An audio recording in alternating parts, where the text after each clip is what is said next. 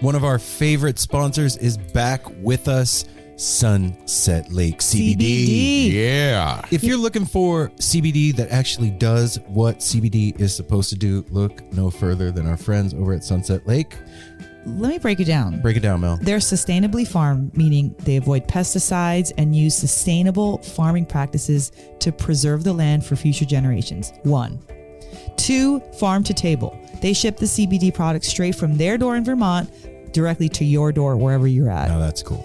And third party tested. They test everything with a third party to ensure quality, dosage, and safety. You got to go over and check out sunsetlakecbd.com. They have so many products. Break it down for them, Apple. Well, they've got some new stuff going on. Like they always had pre-rolls, but now they got really cool packaging for it. And you can get CBD pre-roll flights of all their flavors. You can get the heavy hitter flight that also throws in some of their Keef blunts. They have a new CBD recovery body lotion. I'm excited about that. Mm-hmm. And what was the other? The other one with arnica. The extra strength muscle rub, 3,000 milligram with 5% lidocaine. So look, Oh, yeah, if you're lidocaine. sore, this is the stuff you want to rub on your body to make those aches and pains go away. They even have CBD infused coffee, so you can have coffee without the little jitter that you get from caffeine, and you have it in the morning and you start your day off right. Your body feels lubricated. You're going to sleep good. Yeah, and also they have, if you kind of forget to reorder, they've got subscriptions. And they're giving the No Simple Road family 20% off. 20% off. Put with in the promo code NSR20 when you're checking out at sunsetlakecbd.com. You're going to get 20% off your entire order. NSR20. And don't forget those cute little gummy bears. That's right. sunsetlakecbd.com, one of our favorite sponsors, is back.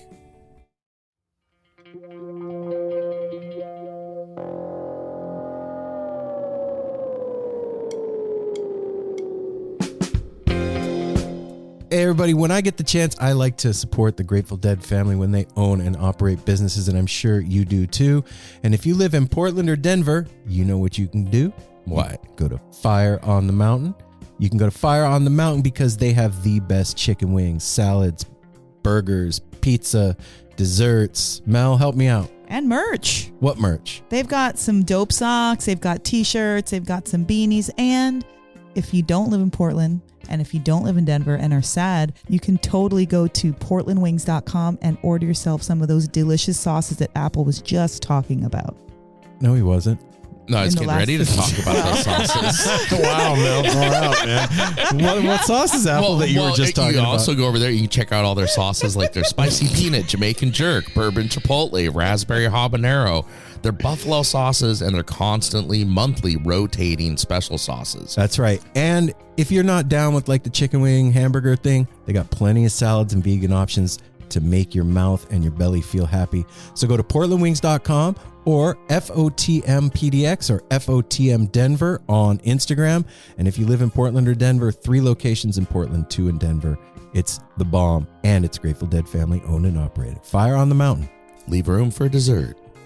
You know what? What? Our amazing sponsor, Shop Tour Bus. Shop Tour Bus. They're doing something that I'm having a hard time with. What, man? They're coming out with dope shirts so quickly, it's hard to keep up with.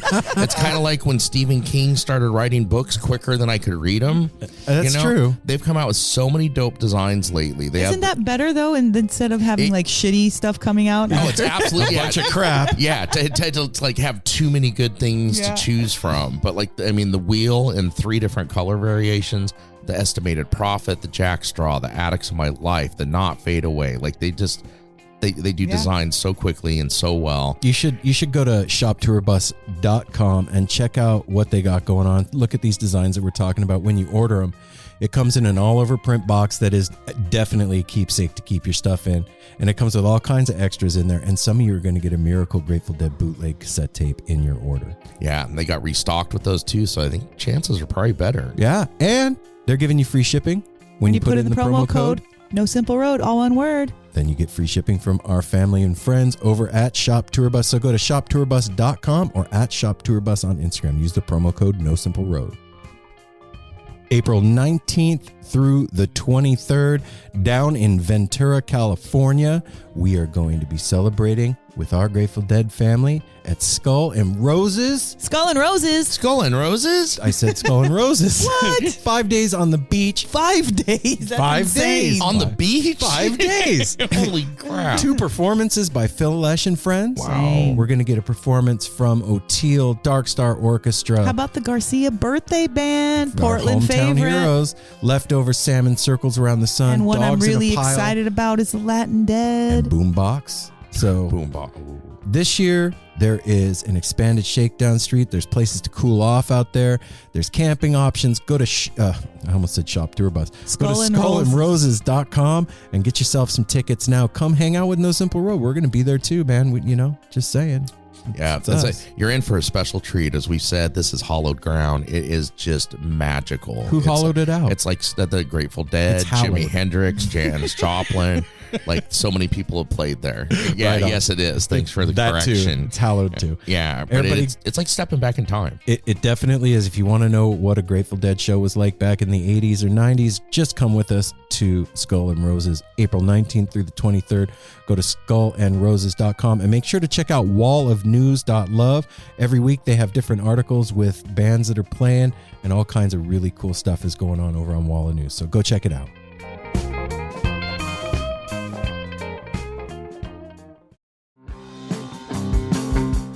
We're so excited to tell you a bit about today's sponsor, Music Masters Collective. They are a nonprofit organization that produces unique music events, providing opportunities for fans and artists to meet and collaborate in an inspired and creative atmosphere. Music Masters Collective events give you the opportunity to learn from world-class musicians like O'Teal Burbridge, Steve Earle, Richard Thompson, former members of the band, the Milk Carton Kids, Nikki Glaspie, the Fab Four, and Sean Colvin, and so many more. At an event like the Milk Carton Kids Sad Song Summer Camp happening this July, you can expect immersive classes, evenings of entertainment, excellent food, and a space for a lucky group of folks to learn, co-write, workshop, and perform with like-minded peers, all with the guidance of Kenneth Pattengale, Joey Ryan, and some of their favorite songwriters. This all-inclusive week in the Catskill Mountains of upstate New York is guaranteed to be magical. Scholarships are available and spots are extremely limited, so visit www.sadsongsummercamp.com/simple to learn more. That's www.sadsongsummercamp.com/simple. Check it out.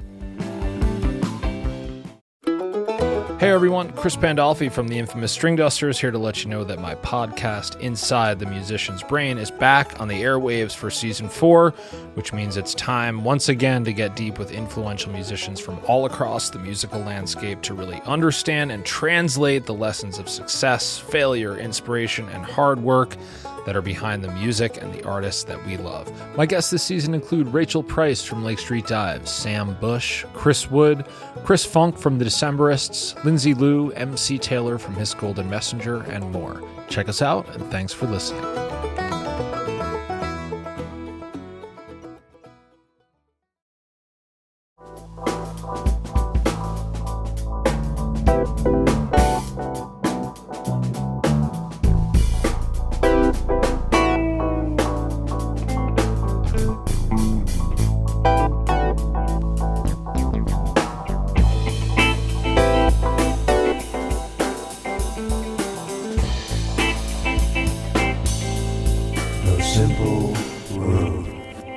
Before we get started this week, I just wanted to say a little something. A member of the No Simple Road family, our brother Brad from Iowa, him and his dad are hanging out right now. Brad had to forego going to Mexico.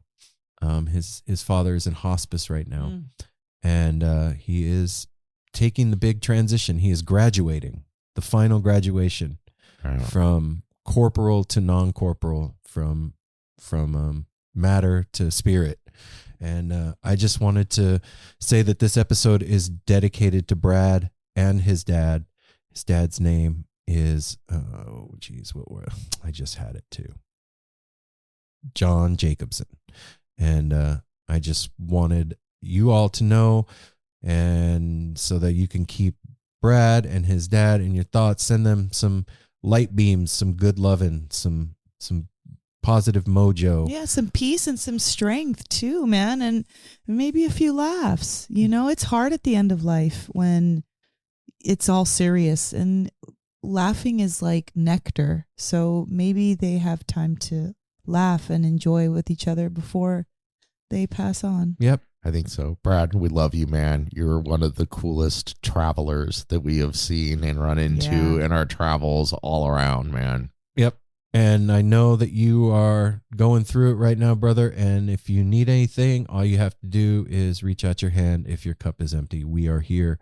And tell your dad we said we love him. And everybody out there, send them some love. So this episode is dedicated to you.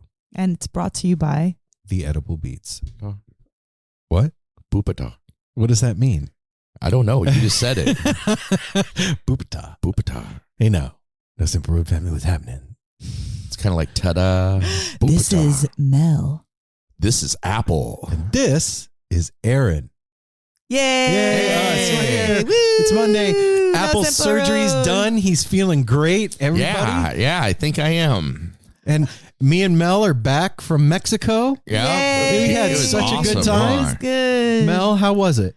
It was my favorite memory to date. Yeah? Yeah. Happy 25th anniversary. Happy 25th, Happy babe. Fish Mexico. I Yay. love it when I was streaming it Saturday night to feel like I was there and you guys held up the big Apple sign. Yeah, you remember Yeah. that? Like, Did you Apple's see that? awesome. With our outfits all dope. You remember when we were at the pool and that one guy did the one thing? Mhm, and we met up with those people that we said we were going to hang out with, and that it was day fun. we saw them. Yeah, Yep. it was fun. It was really fun. Oh, the dude with the hair and stuff. We don't want to bore them with that Do you story, remember though. on the third night that one song they played? So anyway, Something about the sea. we're or- I don't know. completely full of shit. It's Wow. what day is it? It's Monday, actually.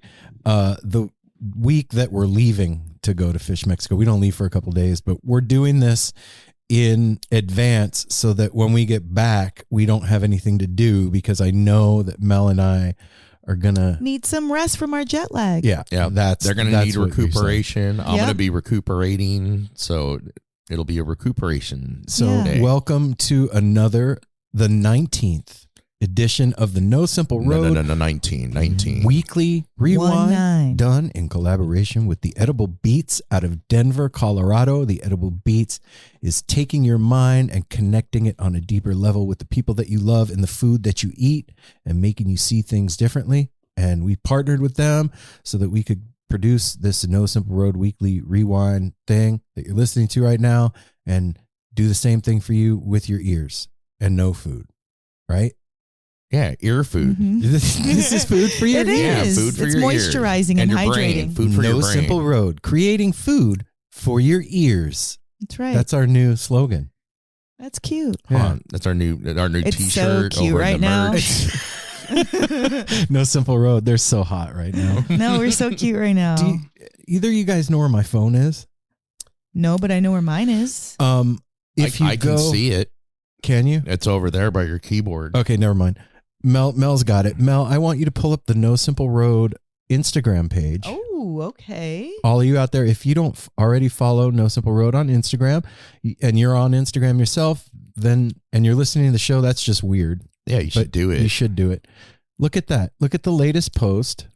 No Simple Roads Weekly Rewind. Look at that logo. Volume 18. I love it. What do you think? It's great. Created a new logo for the weekly It's Rewind great. I today. saw it today and loved it. I love the colors. It's Me too. eye-catching. It's got my favorite orange in Yep. it. With I love the that yellow burst. background makes it pop even Yellow more. is still on brand, I'm there. I'm with you. but it also is very vibrant and catchy, and it's also cute. Yellow is a cute color. And I was thinking, like, maybe we could subtly change the colors from week to week. You Okay, know? only if we're Aw. subtle about it. And then so listen to Cody, because it was a pretty Cody heavy episode. Today's this is confusing. Last week's was weekly rewind. friend heavy. Yes, Okay. it was about friends and friendship. All right. But Cody said, "Sure do feel the love. So grateful to be part of our family. Love you all more than words can tell." Aw. We love you too, Cody. Badodi. You know it. We love you, Cody. And Bree. And Don't forget Bree. No, Yeah. no. And Amigo. Yeah, I was going to say Amigo. Love Amigo. And the boys. You know, that is one of the things that like Cash Carter, we love. that's one of the things that like No Simple Road has done for us beyond talking to our heroes in the musical world or anybody that we've ever interviewed, beyond any of that, going to any festival, doing any of that stuff, is the people that the show has brought into our life. It has made us wealthy beyond measure. Yeah, Like absolutely. and I know that sounds like True. trite It sounds true. or silly Nope. or Sounds like sarcastic. dope. Okay. So it doesn't sound like No, any of it the doesn't things. sound like No, any of those things. You don't have to quantify unless it. you It's like just, unless you use the inflection. You're like, it's great to have friends. yeah, Being all like then you got to snarky. explain your shit. But Yeah. no, we have created a one of a kind family. And I will say this, since doing the weekly rewind is 19 weeks old, but something else that's fairly new that we're doing for our Patreon members is Side roads. Side Roads. And talking to Corey about myself and him asking questions has really brought up so much about just the show and like all the really great infrastructure that we've created through not only the musicians, but the artists, and then even beyond that, the family that we meet. And it just was making me super emotional, It's- you know? And Cody, Corey. Now I'm getting mixed up. Whatever. Corey is a very good, like, investigative reporter. Yeah. Like, he really cares, listens, and then delves into, like, get deeper into things. Yeah. For those of you that are listening that don't know who we're talking about, Corey is the new No Simple Road producer, and he came on board a few weeks ago and completely revamped our Patreon, started producing content for it, has patron only content up there, redid our Discord server, is doing interviews with us. Apple and him are sitting down to interview the Grateful Brothers for Side Roads today. Like, he's all over it. So, Corey, you're the man. Yes.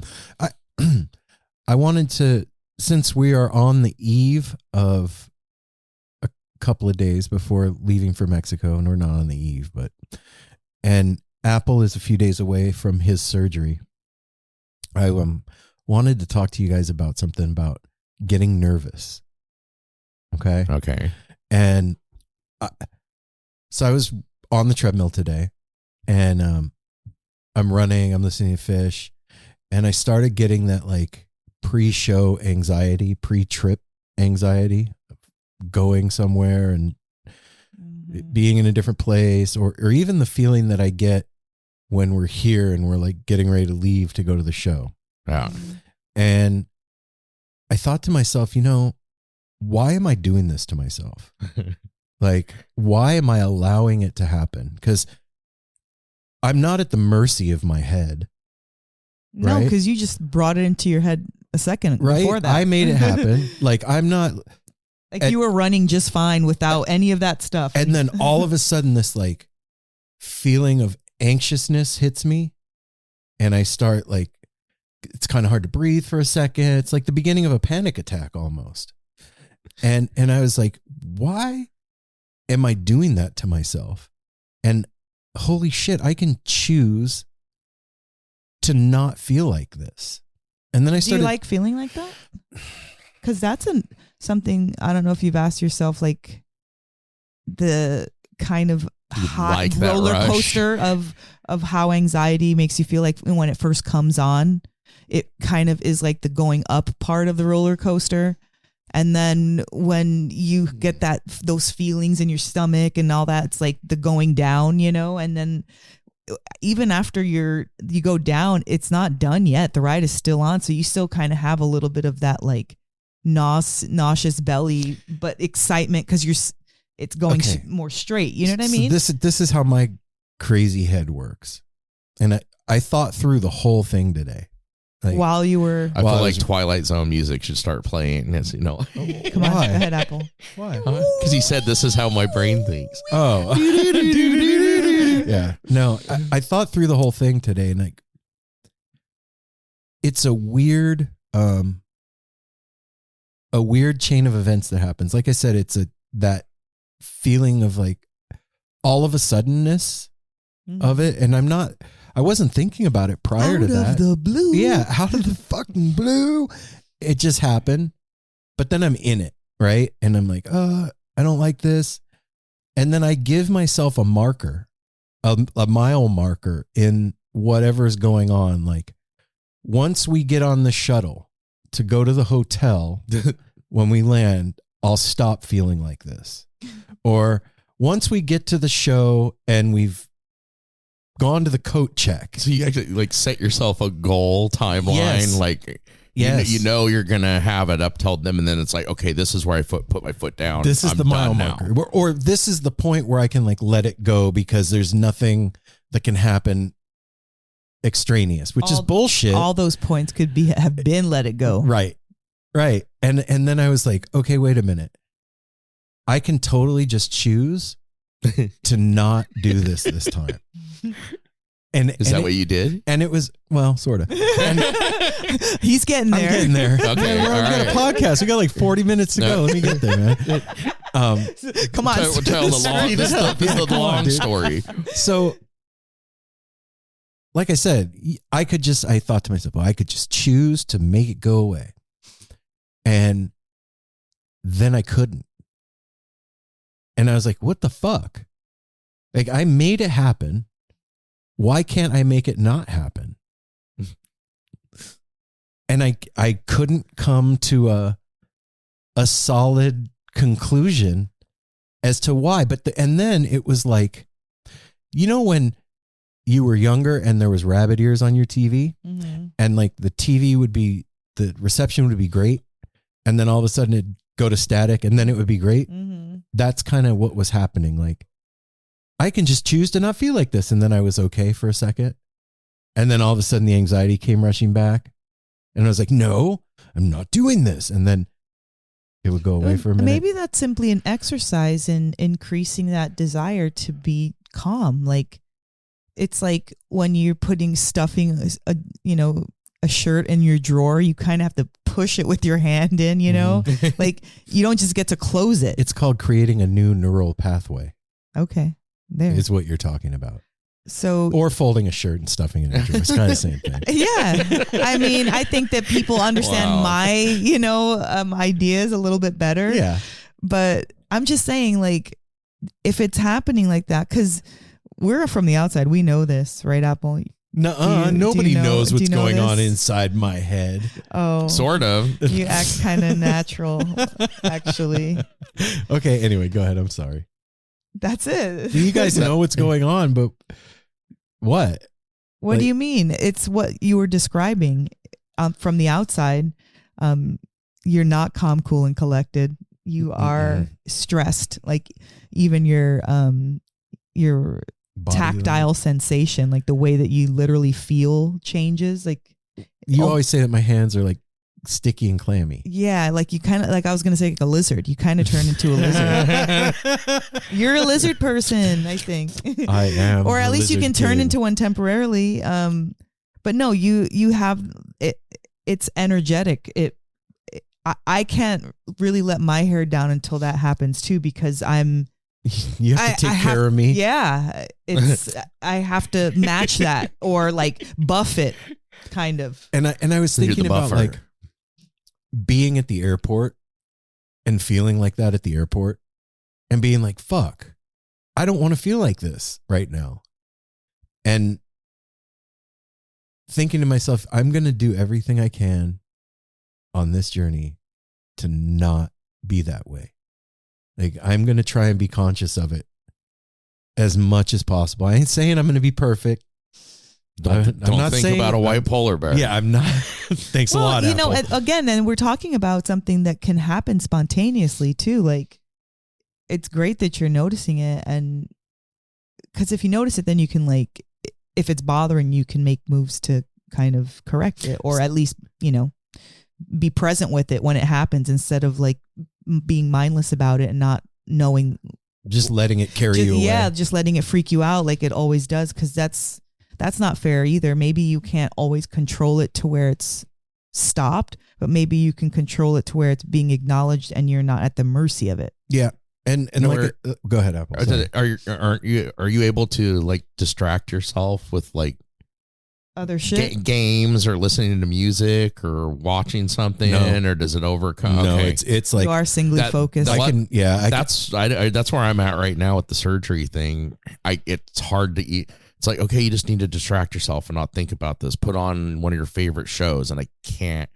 After a couple of minutes, I'm not paying attention. In the back, I'm not really dwelling on anything in particular, but it's in the back of my mind, and I can't pay attention fully to anything else. And you know what's weird too is like if you guys listen to the show, you know one of my favorite things in the whole world, besides breathing, is coffee, and coffee makes it worse.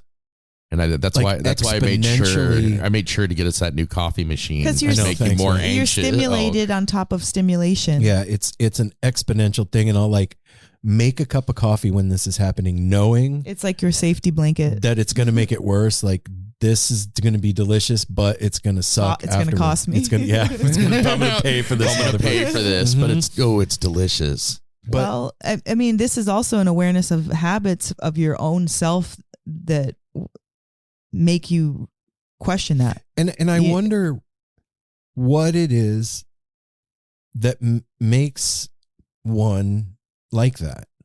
Like, I'm not the only person that does this. I know it for sure. What would you say this is, like overthink or work yourself into anxiety or not? How would you soup it down? Anxiety. Yeah. Like situational anxiety. Because it's not social anxiety so much. Like I'm not, in this instance, it's not like, I'm not freaking out about who we're going to see or talking to people or being in a crowd or none of that shit is even in there. I don't even know how to explain. That'd be a good thing for you to start to figure out. Like a kid waiting to open your presents on Christmas or something. And that's like a different anxiety. You know, that's like like waiting to go to Fish Mexico is not like waiting for something and pay like an exam or something where you get nerves. You have to go to court or you're going to have fun and you want it to start. Yeah, but that's not it. Okay. That's not it. It's like, and this sounds fucked up. I don't even want to say it out loud. Like, well, now you got to. I know. Well, don't say anything incriminating. No. I don't see it. I'm not gonna. I could turn it into that. No. It's the thought that stuff can go wrong. Oh, well, that's worry. You're a worry ward. Oh, okay. It's like you're worried about things that could go wrong. Yeah, like getting there. We could miss the plane, or like I don't know, a million. I always judge everything by, will I die? No, then it's going to be great. So you've been just perfect your whole life then? No, but I like. Will I die? Most likely not. That's how that is one of the tactics that I use for worry. I'm not going to, of course I have incessant thoughts. I'm always in my head. So I use like tactics and table tennis, little things to keep it busy. What's the worst that could happen? I'm not going to die. Yeah. So. Okay. So if we miss a flight to Mexico, I know that we're going to be able to get on the next flight. Okay. So we'll miss a day. That sucks. All right. Well, we're still going to have fun though. Oh, okay. Well, then who cares? Well, that was easy. Ta-da. You know what I mean? Thank you for tuning in. There's how to solve all your problems. I just walk myself back. And if it's like, it's true. If my emotions are going to try to be extreme and make me unhappy, then I'm going to use extreme tactics to fight back at them. Yeah. I mean, I agree with you. I'm not saying that. I've had practice because I'm even talking about it. You know what I mean? It's not something that is like just, I threw it out of thin air. And it's one of those things that like, we all have things about ourselves that drive ourselves crazy about ourselves. You know what I mean? Yeah. Like, I do. This part of me is so annoying to me. And I'm like, fuck, this fucking guy? Like, really? Now? On like, we're going to have this amazing vacation. And you got to show up and do you, this? yeah. And like the turd in the punch bowl shows up and he's like, well, what if you miss the flight? What if you get pulled over on the way to the airport? Like, fucking dude. You should draw the worry wart on the one side and then the other, I don't know who's a cutie on the other side. I don't either. Yeah, it's like, dude, are you serious right now? And yeah, I'm serious. And fuck, listen to me, man. Right? And he doesn't even sound fun. Like that's not going to happen. We could, man. You don't think know. about it. It's happened before. It's exhausting too. So that one at least could quell your thoughts. Okay, we're still gonna have fun if we miss the flight because we will still get another flight. That's it. So next. Yep. What's next? Yeah, what are you worrying about now? Yeah. I don't know. Just Let's hear it. Stuff about what? I don't know. It's irrational, crazy Aaron's headness. You know? Well, but that's what I'm saying. If you talk yourself out of enough of them, you'll start to realize this irrationality in your head is built around bullshit. And so you can at least have a little bit of an arsenal when it starts to happen again. And I wonder too, like I was thinking about this, what causes that? Because it's not like our lives are filled with tragedy. You know what I mean? Constantly going like, wrong. Well, that's the status quo. Every time we book a flight, we miss it. Yeah, and you missed 50. Yeah. Like, it's not the norm. It's completely out of left field. And I wonder what makes me like that. Like Coffee. No, shut up, dude. Like what in my past was the thing that made me start doing that? Because it's been a minute. Okay, Mel made me pause for a second because she wanted to say something in private, and go ahead, man. I'm fine with you saying that. Well, no simple road gets very close. So close we have to ask our neighbors if it's if it's okay. It's okay for me to say this. Yeah, no, because what Aaron's describing to me, and he's saying that how his body feels, and then just like comes out of nowhere and whatever. It's like, that junkie inside of him still lives, and he's not dead. I don't think any old parts of us really die. We just maybe grow out of them, or they're not you appropriate. Learn to integrate parts of them. Yeah. But sometimes, and a lot of times, things like that come back up, not because we haven't dealt with it, but there's another layer that's still there. That when you first clean the house, and there's there's a bunch of furniture and shit, you got to take it all out. That's one job. Then there's dust. Then you got to vacuum. Then you got to clean away. Cleaning is in layers, and so is healing. And so, yes, you've done work to not be that person because you've raised a family, you've created a business, you're an outstanding employee. I started by not doing dope anymore. Exactly. But that doesn't mean that you've dealt with a lot of the underground stuff that got you there. And so these spontaneous feelings, these anxieties about something that's actually supposed to be super pleasurable and fun and exciting and great, and all those things are true, but that you choose to focus on the one thing. There's something in there that's doesn't want you to have fun, or doesn't want you to, it's like a underground feeling that's coming to you that's like trying to ruin your harsher groove. And okay, what? Like just how she's describing that, like that kind of junkie is like, ooh, am I going to get my fix? Is my fix going to get fucked up? Oh shit!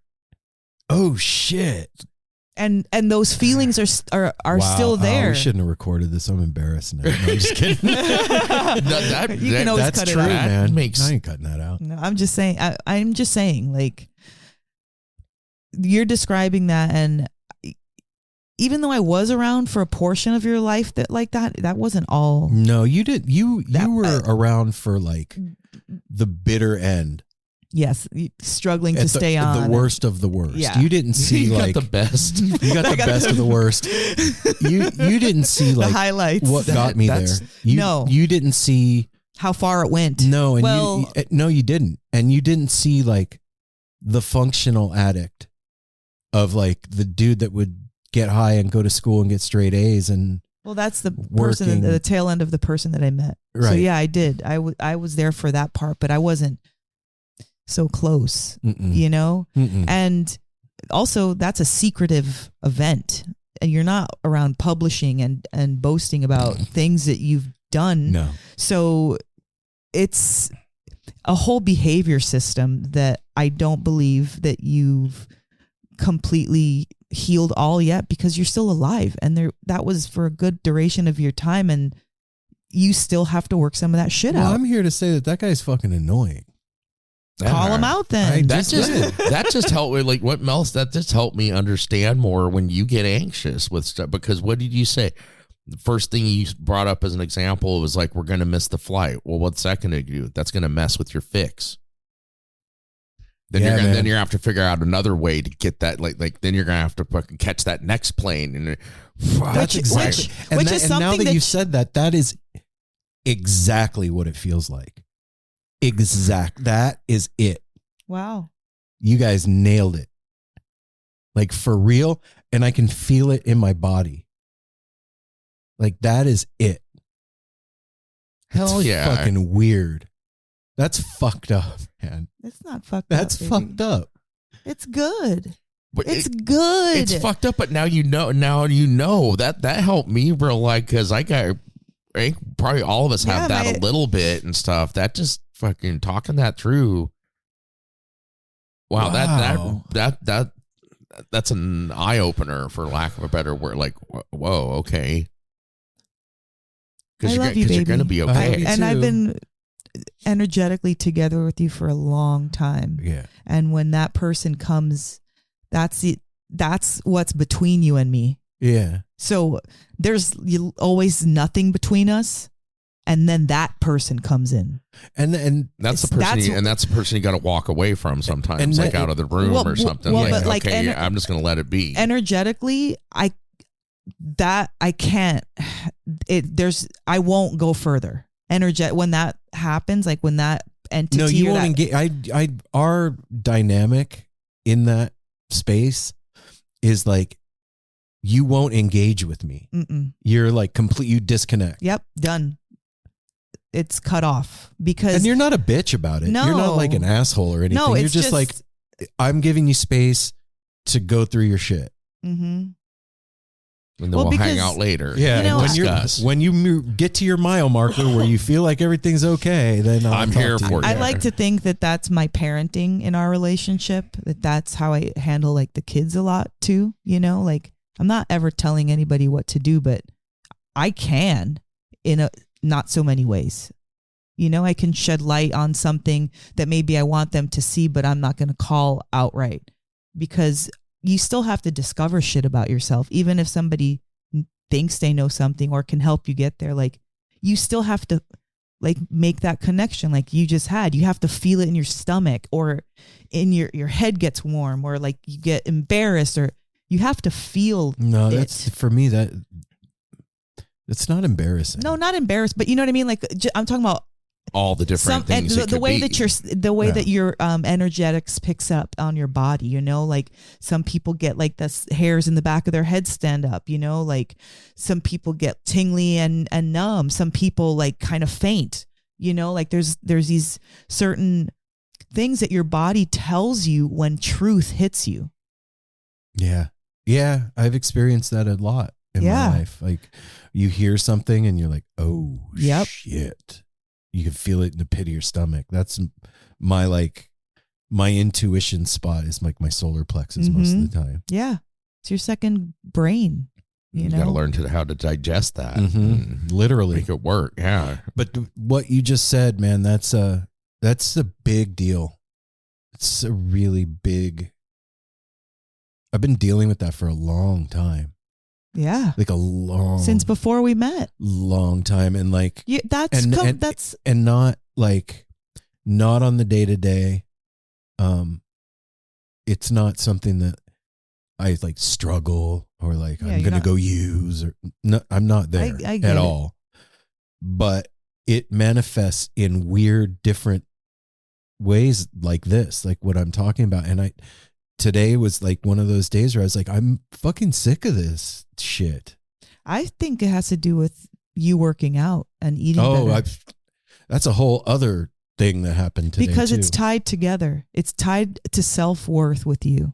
And the self-worth part is because of your self-value. And that value part was because of your abandonment. I mean, it goes back. And you're dealing with the layers of the root of the problem. Well, what I was going to say is like, in the same run today, because I stopped exercising for 5 months at end of last year, like completely. And I realized today, I was going to tell you about this. I wasn't going to tell you about this on the show. I'll tell you about this tonight. Fuck it. Okay. That's where things come out. Fuck it, we're here, so whatever. All right. I realized that I was depressed. Those last 5 months? Yeah. Like maybe not all of it, but a portion of it. Depression was in there. Really depressed. And like really having a hard time with my self-image. Struggling, like really struggling. And we talked a little bit about this a few weeks ago about food and relationships with eating and all that stuff, but it was way deeper than that. It was more. And like, once I started going back and exercising, it was like a release valve. Like I wasn't doing anything about the way that I felt. So it was self-feeding, because when I would feel bad, then I would see I wasn't doing anything to make it better, and that would make it You're worse. punishing And yourself. it was like this whole cycle of feeling like shit. And once I started doing something about it, that loop was cut. Does that make sense? Yes. And I was like, I started to go through the became cycle, untrue. and I was like, but I'm doing something about it. And then I was like, oh shit. And then I had the realization of like, you were really fucking beating yourself up, dude. And I realized today, I was like, I do so much in my head all the time that if I don't move myself, that shit gets bound up inside of me and like does bad stuff. And that's why I have to like physically run. Yeah, you need that Go channel to run. get it out. To get it out of your body. And yeah, it was a good run today. One hell of an insightful run, man. Dang. All that to get to I got some it new was shoes. A good My run feet today. don't hurt no more. And I just went to work and had some new jeans, but that's it. Like, Well, we got a new coffee machine today. dude, No. Just delightful. I was really having a hard time. I'm sorry. It's okay. It's part of life. I know, but I can tell and not at the same time, you know? Yeah, I mean, when you're dealing with something like that, it's like Well, levels. There's of- other issues too. It's levels of it. Do you get what I mean by that? Like, it's not always at a 10. Mm-hmm. And for me, for whatever reason, Darwin has a habit of waking me up in the middle of the night. He wakes me up at about 1 or 2 o'clock in the morning and makes me take him outside so he can drink and go to the bathroom. And then we go back to bed. And that was when it was the worst. Like sitting out there at 1 o'clock in the morning, the house is quiet, and I would just get like attacked by myself. That's when it all. Whoa, Yeah. what a Cheek-a-lug. strange time Yeah. for that to happen. And there was like that's when nobody he- around to talk to. And Like you just said, that like out there alone, we're all asleep. The energy of the house is quiet. And then you're just out there with those thoughts. Mhm. And just get like pounded. Straight out of sleep. Yep. And then like limp back to bed. You know, it was shitty for real. And I remember when I decided like, one of my coworkers came to me and was like, we used to go to the gym together all the time. And he was like, yo, they just built a new gym around the corner from our work, man. It's like a minute and a half down the street. You should come back. And I was like, yeah, I'm busy.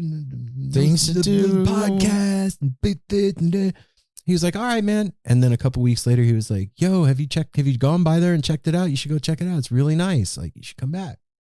And I was like, man, I'll check it out. And then like another week went by and he said something and I was like, okay, third time's the charm. Like, all right, dude, I'm going to go check it out.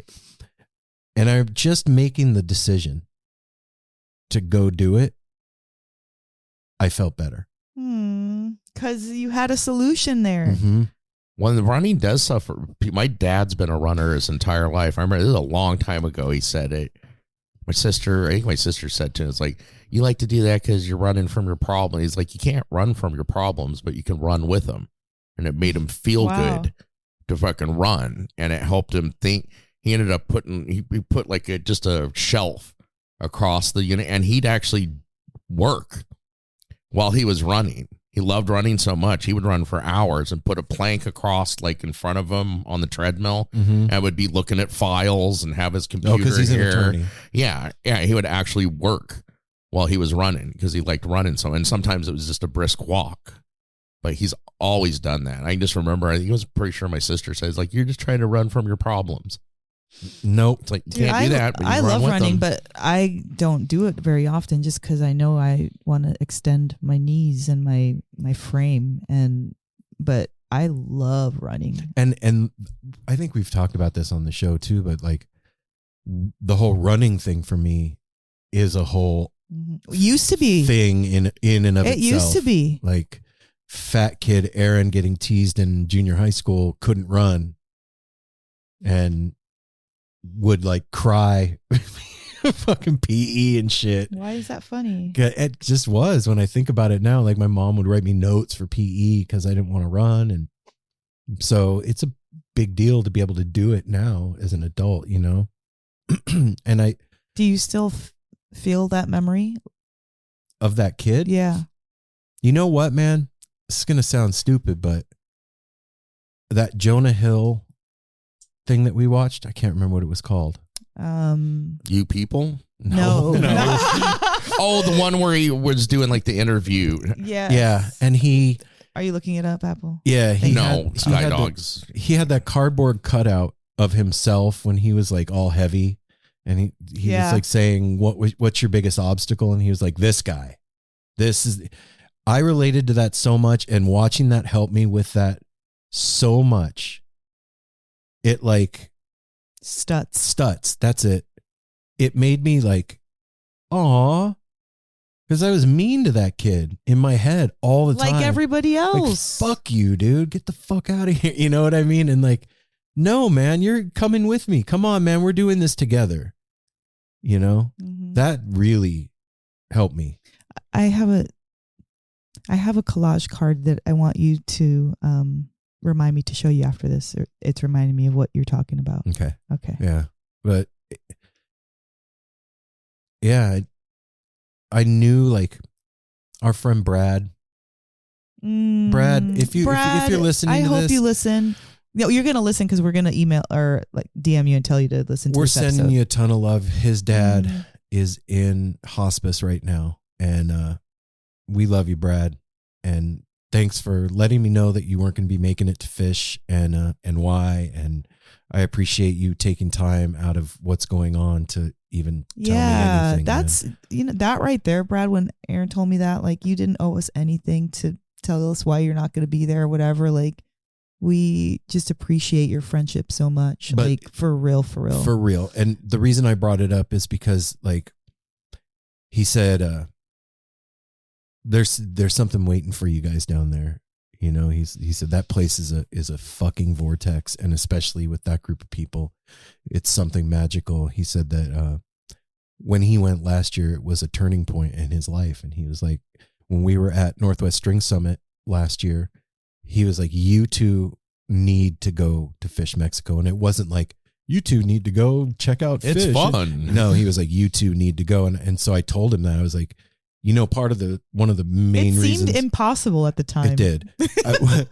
One of the main reasons that we are actually decided to go was because of the conversation that we had with you, Brad, last year at String Summit. And we really have to thank our neighbors from Fish MSG. Yeah. Denise and Ron. And he was like, well, there's something waiting for you guys down there. And I feel like all this that's happening right now is part of that. Absolutely. I've been thinking of shedding stuff. the skin beforehand because I'm a lizard. See, I told you. You guys don't believe me, and I'm telling you the truth. And even though it sounds funny and I laugh after, it's still the truth. And I Apple, man, I mean, you're going through a whole thing too right now. Yeah. Yes, I am. I can't. Oh, okay. Since I couldn't hear myself. Now you can. Now I can hear myself. Yeah, I am going through a whole thing. I threw it out there last week. I have surgery scheduled on Thursday to hopefully once and for all deal with my hemorrhoid issue, which is, a pain in the ass, literally. Yeah, so I'm just, I don't know. Yeah, I'm anxious, nervous a little bit. I've never had surgery in my life. Yeah, we were talking about that earlier today. Yeah. You're going to break your virginity. Yeah. So I like went on. You gotta be careful, like going online. I went online. I know Aaron asked the other day. You're like, have you watched a video yet? It's like, no, I don't want to see that. But I did go like on WebMD just to kind of know what to expect. Basically, like what to do afterwards, like what to eat, what to do to make sure everything goes right, which gives a lot of good advice. But it's a pretty routine surgery with not a lot of complications. It's just yeah, you're right. It's a very sensitive area. Yeah. And it's not like you're getting your foot operated on. It's taken, well, I saw the dog. It was like January 24th when I saw the doctor, and he said, well, we're going to get you scheduled. And then here it took weeks and weeks. It's been a waiting game with, a lot of stuff waiting for it to fall in place. So now I'm happy that I have a date set, but now it's like the waiting, the same kind of thing, like, and then also try not to go there of thinking like what could go wrong. So you and Aaron are dealing with the same thing, but a different way. Well, Apple's not going on vacation. No, I am waiting for my fix.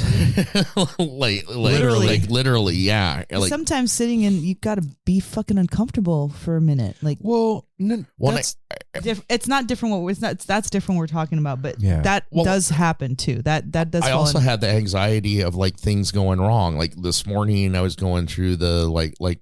What if I go in there and they do the prelim and it's like your blood pressure is too high today? We can't do the surgery. Then they'll give you medicine to bring your blood pressure down. Okay, seeing these things I don't know. Like you've worked in the medical field, but these things going through my mind, it's like it's going to get fucked up. They're going to have to reschedule it. It's going to throw my time off, or there's going to be a complication and they're going to have to hospitalize me for a few days because I'm a bleeder, or like, and trying to keep these thoughts out of my head. Are you a bleeder? Well, I mean, I bleed. Well, okay. If you cut me, don't we all bleed? Yeah, Apple? no, I'm not one of the like a little cut on my hand and it's gushing blood or anything. Okay, right? But it's just I've never been into a surgery, and I told you earlier I'm a little today, nervous about it. Here's the scoop, dude. When you wake up from surgery, there's going to be a lot of local anesthetic. So it's not going to be painful. Most likely when you first wake up, you're going to be very disoriented and your throat is going to hurt. From being intubated. Yep. That's about it. And then I get a nice little juice box to sip on, and Ryder picks me up and brings me home. And I like how you're looking forward to the juice box. I just remember that I've had endoscopy and colonoscopy done. And when I wake up in the like little waiting area, that it's like that's the first thing they do is ask you what you want. You're not going to wake up in a little waiting area. You're going to wake up in a hospital bed. Yeah, and well, that's what I mean, in a hospital bed with the curtain around you, and then they come make sure you're okay to get up and leave. And what I was going to say, man, is like how the timing worked out. That like because we all live together and we all take care of each other when we're sick and when stuff happens. Everybody's here for each other, and I feel really bad that Mel and I are like dipping. We're not dipping. Well, Don't though. We already talked about this, and I immediately said to you when you said it was like, I'm kind of glad that you're going to be gone for the first few days of me recovering, because I just know from people that have had it done and from what they say, it's like the first week is hell. You're in a lot of pain. There's bleeding, things going on. I'm not going to be a fun person to be around. And for you guys to be down in Mexico having a hoot, I like that. That makes me feel better. Okay. I know, not that I wouldn't love you guys here doting on me. Apple, can I get you anything? Would you like some soup and a new diaper? Mel already got me the little bell. I was like, I'm going to be ringing that, Ryder. You better pay attention. Which, of course, Ryder's like, I will shove that bell. Because I was like going, but no, I feel like I'm in good hands. Ryder's You're in good hands. Awesome. For He's sure. taking the day off to Darwin take is a me there great and take nurse, care of too. me. Yeah, he's going to be in hanging out with me, and yeah, I'm going to be good, and it's going to fix me. That's the mindset I'm in now. Like, because they said it's a really high success rate. This is going to fix me. It's going to be worth it. I'm going to be good. That's what my wrist surgeon told me. I was like, am I going to have any problems? Do you have to go to rehab after this? And he was like, no, I'm fixing it. And he fixed my wrist. It doesn't get hurt when it's cold. It doesn't, like, if I lift something heavy, nothing, like, it's fine. He fixed you. Mm-hmm. Yeah. And that's usually the point of I believed surgery. him. I believed is to fix something. Yeah. But the whole thing of like pre-thinking something and getting nervous, it can happen for anything. It's inescapable. And I think that too, if you dwell that you can manifest that problem. If you're thinking all the worst stuff, then most likely something's going to happen then. Well, I mean, we do open create that our, up. Yeah, we create our reality. And Robert Anton Wilson said, what the thinker thinks, the prover proves. And we have them both in our head. So, and that's part of the whole trip of anxiety too. When you know that and you're still tripping, and now you're like, oh my God, now I'm making it happen. Well, yeah, that's you can't really go ahead. Apple. Well, I was just going to say, what about you, Mel? Like me and Aaron talked about, you're not as don't seem like as anxious as a person as me and Aaron are over things, but like, where does that come into your life when? I just think you guys are more verbal about it. You guys are very audible about how you feel, and if I'm uncomfortable, I don't always say it. Okay. I'm uncomfortable a lot, and I won't say it. Like Aaron was talking about, like the thing that goes through, like with, going before the show and stuff like that. Like you start getting anxious, like if we're going to go to a show and then on the way there. I thought you were talking about No Simple Road. I'm like, no, not our show. Yeah. But like, and then when we finally get there and the first song, then there's like that release, or, there's, or it depends on, it depends. What? I don't want to cut you off. Keep it in your head what you're talking about. A lot of the time, and it's even more confirmation that what you guys had said earlier is the absolute right truth. Like you were right. What is a city without its music? The legacy of the New York Philharmonic is incredible. Nearly 2 centuries of history. That's a lot of music and a lot of stories. I was sitting on stage for the very first time thinking, I can't quite believe this is happening. Join me, Jamie Bernstein, as we explore the history of the New York Philharmonic. It's the NY Phil story made in New York, a podcast about a city, its people, and their orchestra. Listen wherever you get podcasts. It would be wrapped up around taking sacrament. Mm-hmm. And the minute I took it, gone. Because now the fix can't get fucked up. The fix is in. Yep. Man. Anyway. So, okay, I didn't want to say that. I didn't want to go there. But like up until that point, then I have my husband back. And so do you understand what I'm saying? Mm-hmm. Like that, and there's a literal discomfort with that. for everybody involved, more than just yourself. So the way that I deal with that is just I become a little bit more extrovert. You know what I mean? I start dealing with other people. I'm really good at asking people about how they're doing and what's going on with them. And so then that means I'm not fixated on myself. Okay. So it it detracts from So that. do you do that in day to day too? When you feel anxiety, do you call somebody and talk to them on the phone, or? I think I use that tactic. Yeah. I'll like do things to keep myself busy, you know? We talked about this on the side roads, but like if I get like angry or upset, I mean, that worry thing, it's very different from a lot of other feelings. That worry thing, that incessant, like whatever it is, that stupid little nitty pick bullshit thing.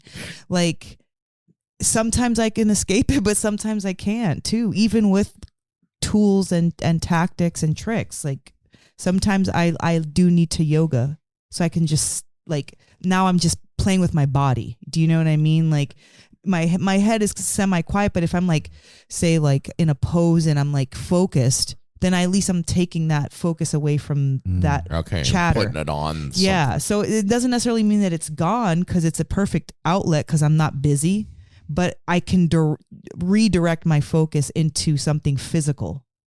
And that's makes cool sense. too. Like he was talking about running. What is it? Like, what is that about? Yeah. Like a physical thing will mentally really help more than like mentally trying. Because I'm very highly stimulated, you know? But yeah, I deal with the same thing you guys do. I don't talk about it. I'm just not as vocal about it. And of course that's not perfect. Like sometimes I'll visibly say that I'm anxious, but like the only time, you know, I ever had that anxiety attack was when we were doing No Simple Road, talking to Dave Schools. That was the first, and I can't recall another time. Maybe if I don't recall it. I have good self-talk. Like I can talk myself down well. Do you know what I mean? Like I not to like escalate. Maybe it's the mother in me too. That's what I was going to say earlier. I think a lot of like, I mean, I don't know. I'm not a woman, so how I just gain a lot of skills through motherhood. That's what I was going to say. It sounds like a lot of stuff that moms do. Well, okay. Women, mothers have a easier time of ignoring their pain in order to tend to someone else's. That makes sense. Okay. Yeah. Well, why would you need to do that? You don't. Well, I mean, I'm a dad. Yeah, but you're a dad 26 years into your life. You don't need to put your pain away. Okay. You know what I'm saying? Yeah. So like when you become a mother, pregnancy has a lot of pain it's a lot of pain, you know? Like, so I just think that I deal with things differently. I have the same emotions. Sometimes they're extreme, not too often, but I'm good at even regarding going to fish. You were like, I'm nerve-sighted. Yeah, nerve-sighted. Like, okay, so what I'm nervous about is just like the trip, not like I don't think the plane's gonna go down or we're not gonna miss nothing like that. No, like it's excitement. Yeah, of what's it's just to come. like, you know, like what's it gonna look like? You know, what are we gonna do that day? Like it's just the thinking of the thoughts of it, not doom and glooming it, you know? Yeah. Like checking into our hotel and like, what are we gonna do first? And what should I pack in my bag? I don't know, like just like little random things. It's not. I'm so grateful for this. Me too. To be able to do this. Me too. Like to have the means to do it. The time. The desire. That and to be celebrating 25 years with you and doing it there with them, and like it's a lot to take in. Yeah, we were texting the other day. What day is your anniversary? Well, it's actually the day we get back. It's on the 28th. Oh, okay. Yeah, but we were texting the other day, and I said, I can't believe that I get to do this with you. And I mean that. Like, it's a silly concert, and yeah, it's Mexico. We've been, and yeah, it's a vacation. People go on vacations all the time, but you only have one 25th anniversary, right? You only have one anniversary. You only have one 25th anniversary, and this is like a highlight of our life. This is, our kids are grown, and our son moved out a few months ago, and we were empty nested, and we've created a really amazing podcast, the three of us, and there's so much to be grateful for, and now to have the opportunity to like go celebrate that, all of it. Well, and for you two too, to see you, we go to a lot of shows together. We've been to a lot of shows. We go to a lot of shows together. You two are extra fucking cute at Fish shows. You are. You two are like, so it's your jam. Like Mel said, you guys, it's your thing.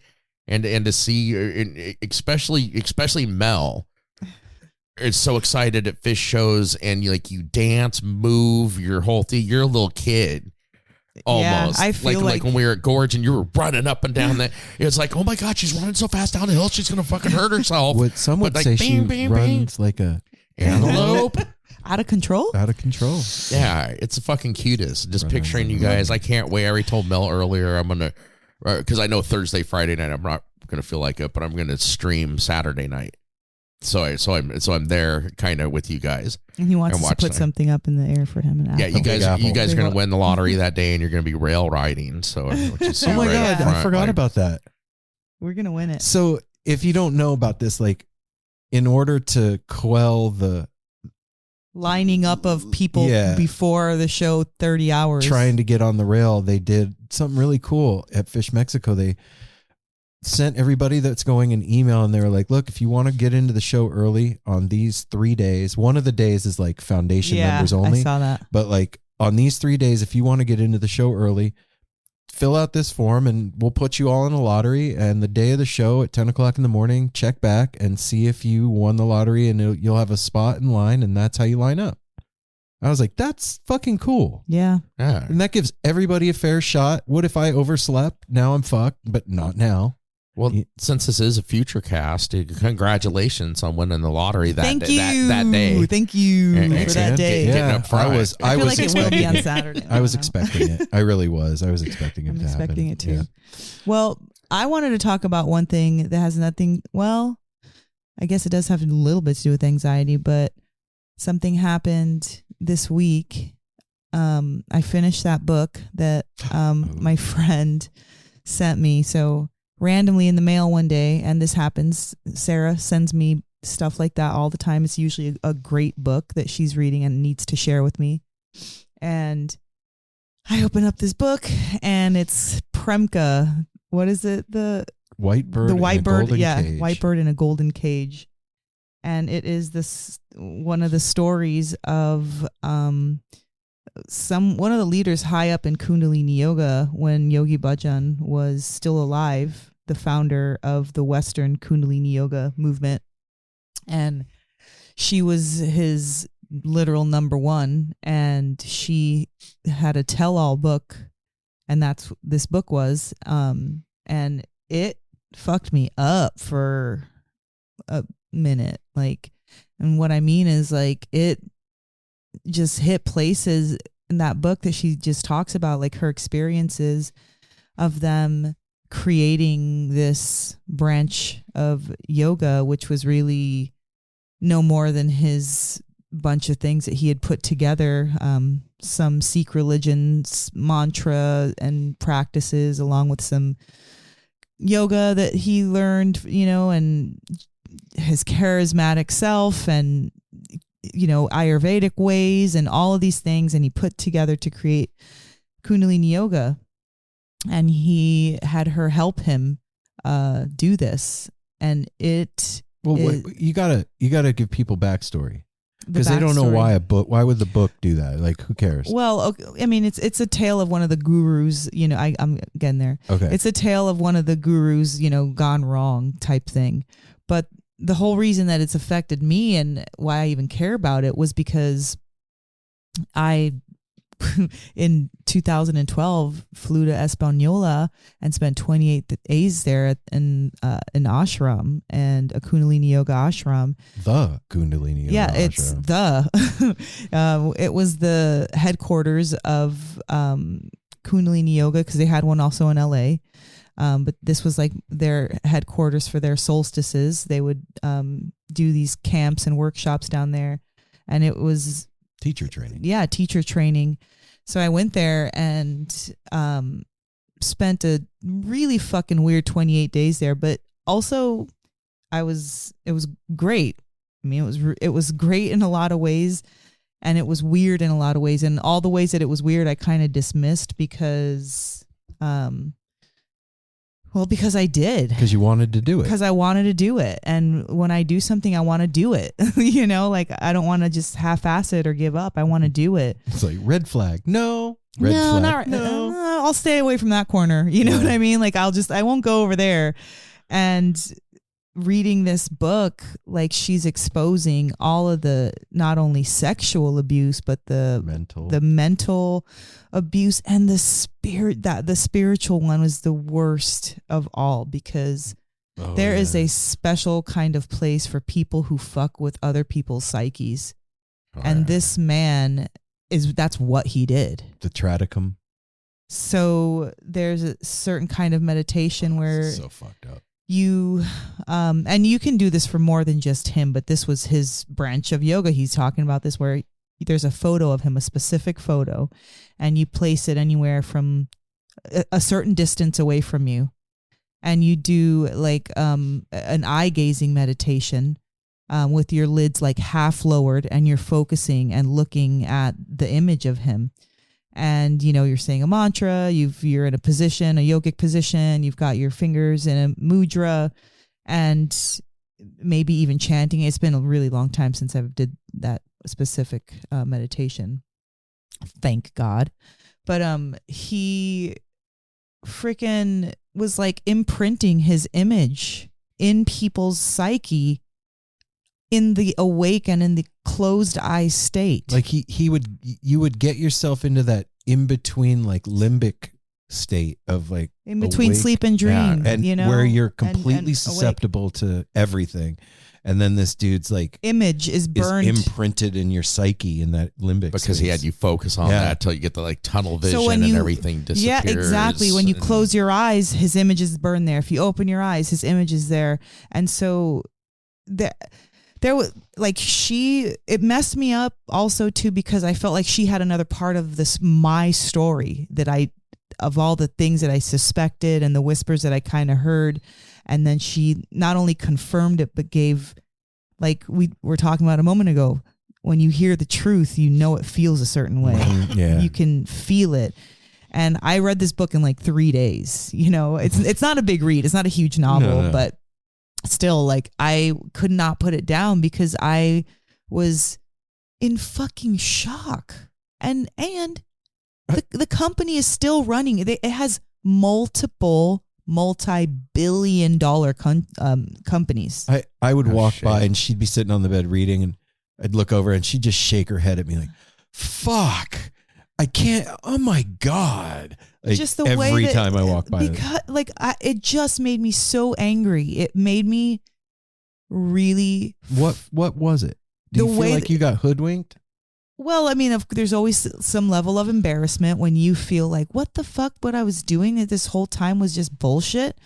That's what it feels like. He made up this whole fucking thing. Yeah, hop on one foot and blink your eye and then wave your fucking arm side to side and breathe really fast and then close your eyes really quick and then bend down. Like, and it sounds crazy, but there was shit that was kind of like that. Where, oh yeah, I remember. I did it with you. And you did feel certain shit. You were like, you know, making yourself fucking hyperventilate and like looking at these certain, you know, everything. He had a literal solution for anything. There was a way, dude.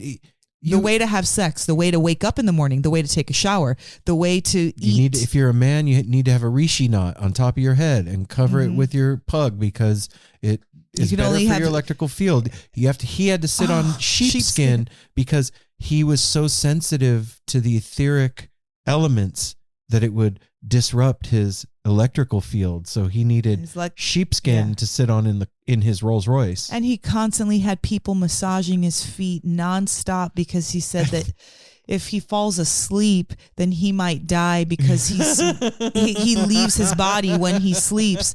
So they had to massage him to stimulate him to keep him back in his body. And if the blanket fell off of him, he would get too cold and he would die. And he had thousands of people following him, like eating strict vegetarian diet, no sugar, Doing everything. and he had like the outlined. secret stash of like Twix and Snickers and M&Ms and shit. that didn't come out. That was not in the book. That was something that I found out through going to KRI and the 3HO. And I found that out like, not Fucker. firsthand, but like second or third hand. These are people that were living in this ashram. And the biggest, saddest part of it is that there's people in there till this day that don't believe he did anything when many, many women have come forward, because the reason they don't want to is because they don't want to fucking Did he be deny all embarrassed. this? He's dead. He died in 2004. Oh, okay. This all came out after his death, and that was we watched a documentary. There's a Vice documentary about this, but we watched a documentary last night, and that lady, Premka, she said that was that's like the thing that gets her goat the most, is that he never answer. he never faced justice. He never for had an what he answer did. for any hope. And he would always say, "Oh, I'm gonna die young, so people are gonna betray me." Like he was like setting himself up. Like he knew that his character was so flawed, and that's why people would turn on him. But he was saying it preemptively, so that it could be like, "Oh, he said it like that," dude.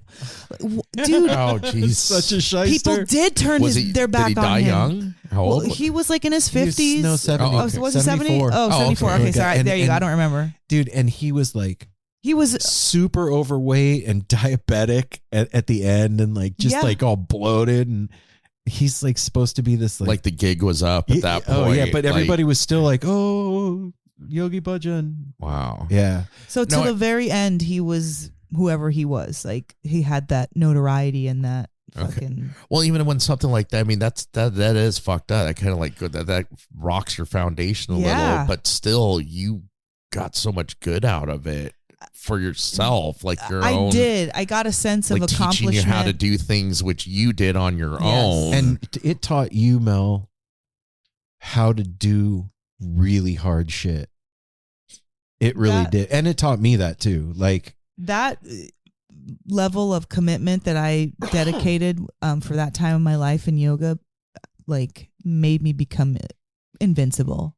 And that was one of the things that he would say, like doing all this shit would, he didn't say it like that, but he should have. he said it would manifest God's will inside you, and that God's will overcomes anything. That's what he said. So when you're able to see your plain, ordinary self do these heroic, superhuman shit. heroic feats with your body, it does something to you that you can't unsee. Like you've seen yourself get to this mountaintop, so you can't deny that. It's the same thing as going and running a marathon. Or if you and I decided right now, let's go stand on one foot for 4 hours. You know what I mean? Like it's the thing. It wasn't him and his system. It definitely was a system. There's something to it, like another thing that pissed me off was that the Sikh community, I mean, the Sikh is a religion. Okay. Mm-hmm. And he was using the Sikh religion in conjunction with yoga. And to my knowledge, the Sikhs did not condone yoga or tantric practices. They actually, were not okay with that. And so he taught these Westerners that at the time didn't have the technology to like check and fact check and none of that.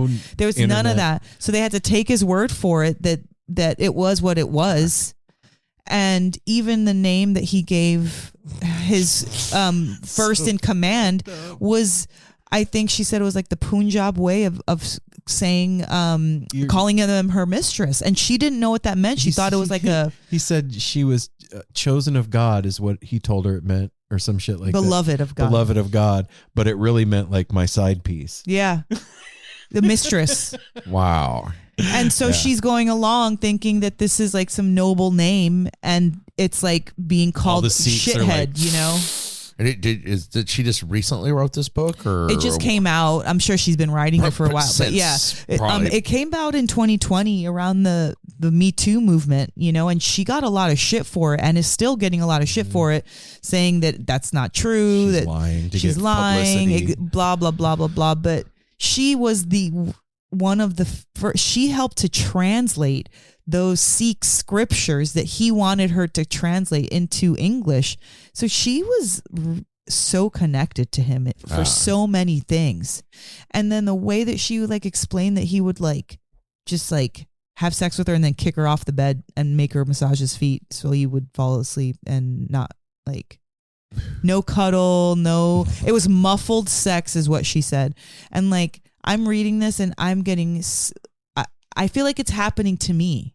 Nothing sexual happened to me in Kundalini, like nothing crazy like that happened to me. But it made me feel like that. It tarnished the whole thing. Yeah, in that way exactly. It made me feel like that. And spiritually, that is fucked up. He's using this religion scripture that the religion wasn't even down with him. But like, that's what cults do. I know. I was in a cult. I know it was a cult, but I'm mad about it. And that's what I'm saying. It fucked me up. I get it. It fucked me up. Yeah. It fucked me up. I'm like, sorry, baby. Yeah. It's okay. Like, I mean, it's fine. Like, I'm not debilitated. I'm just furious about it. And I was attracted to it because I like to do difficult shit. And it was difficult AF. When it was going on, like, I always was like, yeah, but my girl's into it and I'm going to go and do the thing.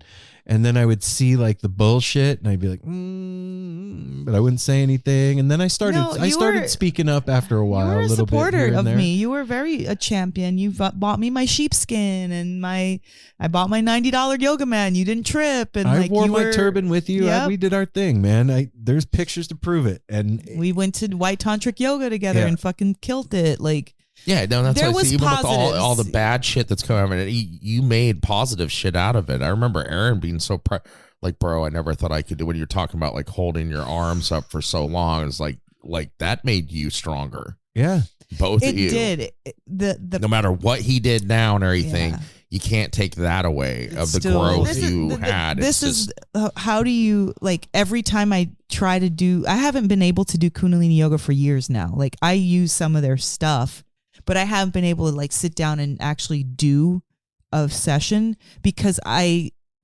feel like it's a trigger. Yeah. Okay. I can't do it. Nor should you. No. And then they were talking about these fucking mantras that are like literally like a telephone call to him. So you're chanting these mantras and they're going like pipeline right to him, directly spirit highway right to him. And that is so fucked up because that was one of my favorite things to do, was like chanting. It was so like mentally cleansing. That's what chanting did for me. I remember when we did that 40-day sadhana together and like doing those chants at night. The visualization there. I mean, it's like, this was the question that I was asking. We talked about this with Nate. We were talking about separating the art. No, Nate. Oh, when Nate was over the other day. Apple's friend Nate. Separating art from the artist. So, like, do people still bump R. Kelly after all of his allegations? Or Michael Jackson? Does it make R. Kelly's music stupid and ugly and gross now? Or do you still like it, but then you listen to it and then you just can't bear to listen to it, knowing it? And that's what happened to me. I was like, well, fuck, I still like his songs. I try to put it on and I'm like, I can't in good conscience listen to it. It's ruined it for me. And that's how I feel about this. Like, it's okay. I'm not like, I can move on. I don't need therapy about it, but like, it grossed me out to it. And now that's a huge thing with even just plain yoga. Because when I came back after that 28 days, I started to go to another yoga school. Do you remember that? I went to a hatha yoga training. So I spent another 300 hours on another program that had nothing to do with Kundalini yoga. And my teacher wasn't down with Kundalini yoga. She was lived in an ashram, and she knew about it. And she never gave me her full disclosure because I was so hopped up on it. You know what I mean? But now that I look back, I think about how she would talk about it, and it just ruined that. It ruined it for me. Yoga in most forms. I still use the stretching of yoga and the meditative aspects of it, but like just going to a class and all of it, like I've been to. I can see it in your eyes. Like it's you were saying to Corey the other day that like you have the ability to go ham, like to just flip the fuck out. And I know that look in your eye, and I can see it right now when you talk about it. It's like there's a fire in there. If it was somebody, we'd be fighting. Yeah. Like I'd like fist fighting, not like, oh, I'm not talking to you anymore. No, it'd have to be physical. Yeah, I'd have to break that shit up. I go fuck you I'd have to slick my hair back and shit and put Vaseline on my face. Fuck that. Get ready. Fuck that. I That's fucking fucked love you, man. up. You're so I'd get in badass. fighter mode, Vaseline to slip the punches. That's mean to do to somebody. That is so. Oh, and yeah. he did it. It wasn't just to me. He did it to so many people. And there was To the world. Dude, there was second generations kids that were born under the 3HO with the turban, the whole thing, and they were getting abused by him. And then they were being silenced because And they were being sent away from their parents at like age 2 to India to these like shitty boarding schools that he built that were like bullshit brainwash camps. What the Yes, fuck? yes. Parents would go see their kids like, oh, it's the second time I've seen my kid in his life. Dude, he's 11 now and he doesn't know who I am. He's been at the school. This guy broke down. Talking about what a horrible father he was. What was I thinking? What was I thinking sending my kid away? To India, in the middle of nowhere. But and the Moy thought he was doing what you needed to do for enlightenment and everything. Holy fuck. So I'm sorry to leave it on a draggy note. With Fish everybody. Mexico, man. But No, that was good. Well, back to what you said a minute ago. You're like, I don't need therapy about it. You don't, but that's the beautiful. I just needed to get it off my beautiful chest. here. I was just going to say, that's a beautiful thing about, like we've said on the show, when we talk about stuff, there was a realization made here about like way Aaron gets nervous. That was a and big deal, dude. anxious. And for you to talk about it, I mean, it helps so much to just open your mouth and get it out. Then it's not just stuck in your head. because I've been ping ponging it. That's one of the. I seen it the last few days too. I knew just, what you were reading, not the whole depth of what you've just described, but you were like very sidetracked. Well, you were because you were like I like now I get it. It's like I got to finish this shit, and then you got to digest it. Yeah, because she's describing places that I've been to, and then we watched that documentary, and I'm seeing the place that I stayed at. Like I remember that I was fucking with a toothbrush cleaning the fucking shrine made to him with a fucking toothbrush. I remember she for called me hours. on the phone. I'm like, what are you doing? She's like, I'm cleaning Yogi Bhajan statues with a toothbrush in the garden. I'm like, cool. Okay. Wow. Mm-hmm. That's what they had us do. Moral of the story out there, everybody, don't join cults. Make up your own shit. Yeah. That's what Join the No Simple Road That's cult. what I They'll tell learned you what about they're it. doing. No, I really did. That's if I can take away anything Groucho from Marx. this, Yeah. it's spirituality is not outside of yourself. And if you want to fucking exercise, you don't need to give fucking, your left tit to do so. Yeah, you don't need to give money or join No, anything. well, It's a gym. It's in you to do it. Yeah, but just think twice. Well, that's nice. I love that Aaron, right? You read you like knew exactly what he was going to say. Groucho Marx is like, I would not want to be the member of any club that would have me as a member. It's true, man. You know what, Mel? I get it. And I wasn't as deep in it as you.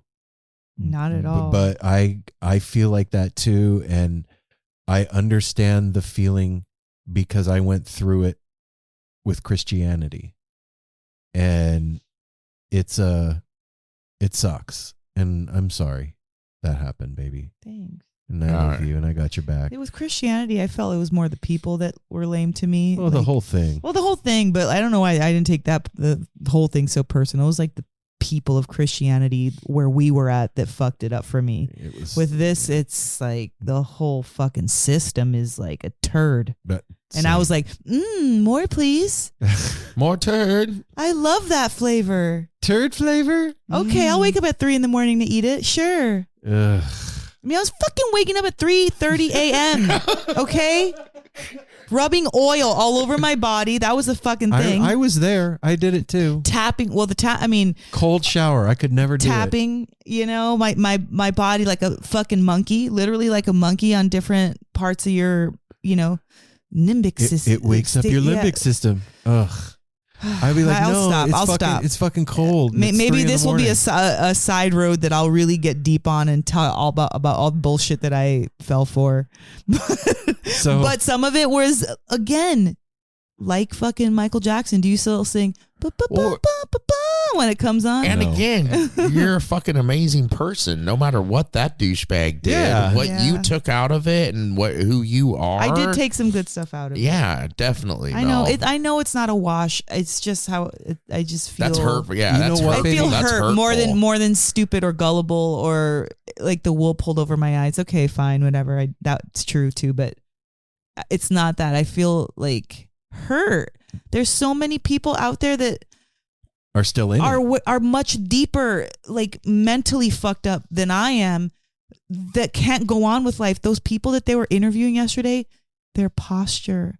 I just wanted to cry for that lady that was sitting. She's like sitting on a couch. Oh, yeah. It's like a 3-person couch, and she's sitting in the middle cushion, and her hands are on her lap, and her legs are closed tight, and her head is kind of like down, like a little kid in trouble. Yeah, like she's being interrogated, and she is being interviewed, but this is like, like a comfortable interview, like, she's not in like a police officer's chair. She's like in a nice, like, place, and she's just like squished into herself because she's fucked up in her head. She's the one that got, like, she was one of the second generation that got mentally messed with, molested and groped and whatever else. Yeah, well, unfortunately, when you're talking about big groups like that and backed by money and stuff, people are afraid. Dude, he of was consequences of what can happen of speaking out. Yes. Like you said, this is still going on. And they're still making money hand over fist. He was meeting with like the Pope. All the presidents loved him because he was against drug use. So that was like it got him to a lot of like notoriety and personal. That got him in the door. Yes. Yep. Wow. Yeah, man. Gnarly. Anyway. Be careful, everybody. Yeah. Believe in yourself. Yeah. Yeah. There it is. Hey. So, you know what? If you've made it this far into Side Roads, weekly rewind this week, thanks. Thanks for listening to us and our therapy session today. We appreciate it. And this is brought to you by the Edible Beats. This is in collaboration with them that we can bring you these deeper content conversations because they care about doing stuff intentionally and deeply and passionately. And so we dedicate this episode to that mindset. I want to say one last thing. We briefly touched on it earlier, and you know what? I'm going to put it at the beginning of the episode. So I'm going to just stop right there and we'll do it. We'll put it in at the beginning. Take care of yourselves out there, man. It's a crazy world, and there's a lot of stuff that can send you spinning in your head. And like Apple said, if you talk about it, sometimes you can get to the solution or at least ease the pressure that's going on in there. And yeah, we're here for you if you need to talk. Yeah. There's a lot of, obviously a lot of people and stuff out there that want to provide you with the answer, but I believe that answer is in you. You just need to Talk it out. Look sometimes for with a it. friend. Talk to friends, family, yourself. Yeah, with your. Be like Apple. Talk to yourself. Yeah, and Mel. you can achieve a lot by doing that. Believe me, I have been talking to myself about this. So, like Mel said, this is in collaboration with the Edible Beats out of Denver, Colorado. Go check out theediblebeats.com. Check out their zine, The Edible Beat, and follow No Simple Road on all the social media platforms like Twitter, Instagram, Facebook, and TikTok. At No Simple Road, go to our website, nosimpleroad.com. That's where you can find out where we're going to be. Come hang out with us, get a tarot reading, do all the fun stuff, check that out. Go to patreon.com/No Simple Road. That is how you can financially support No Simple Road and become a patron and get all the patron-only content that is up on our Patreon page. And call 971-808-1524. That is the No Simple Road Tepid line. And that is open mic night for the No Simple Road family. And please leave us a review on Apple Podcasts. Yeah. And Fish Mexico was awesome. Apple's hemorrhoid is gone. Never better. And we love y'all. Don't join cults except this one. Yeah, and we'll be back on Friday with more stuff and things. Dos Hermanos. Bob Hermanos. Braylove and Tom Constantin of The Grateful Dead joined us for a very weird conversation. Cool conversation. You guys are going to dig it. So we'll see you on Friday. We love you guys. Until then, smile at a stranger. Take care of each other. Hydrate. Wash your hands. Safety third. Love your pets. Love yourself. Wash your pets' hands. Okay? Because they're sometimes you They ever get smell funky. Yeah, you ever smell your dog's feet and they smell like corn chips? Someone would say, "Why are you smelling your dog's feet?" Haven't you ever? You know what I'm talking about. I know though. exactly because I take them a bath. They smell like Fritos. And that's how you know there's something funky Corn going on. chips. So you guys will see you on Friday.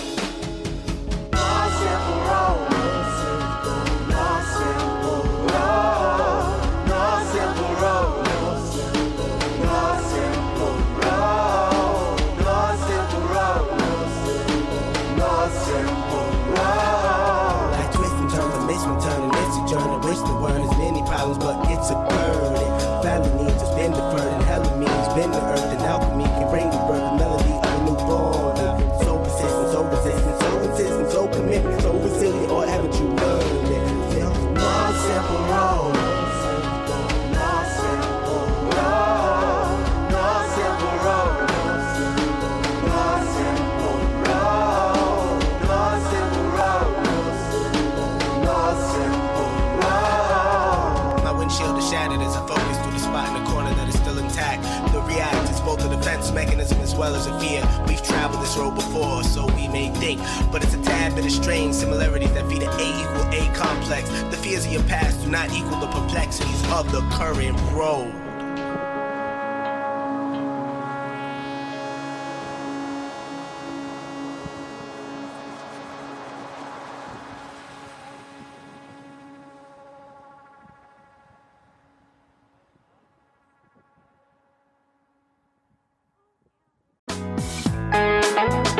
Hey listeners, I want to tell you about the April-May 2023 issue of Relics magazine. Features a Dave Matthews Band cover story with additional articles and interviews with The National, Graham Nash, Wayne Shorter, ALO, Ivan Neville, our friend Eric Krasno and Stanton Moore, Marty Stewart, and much more. Check out the latest version of Relics and subscribe now at relics.com/DMB. Thanks, Relics.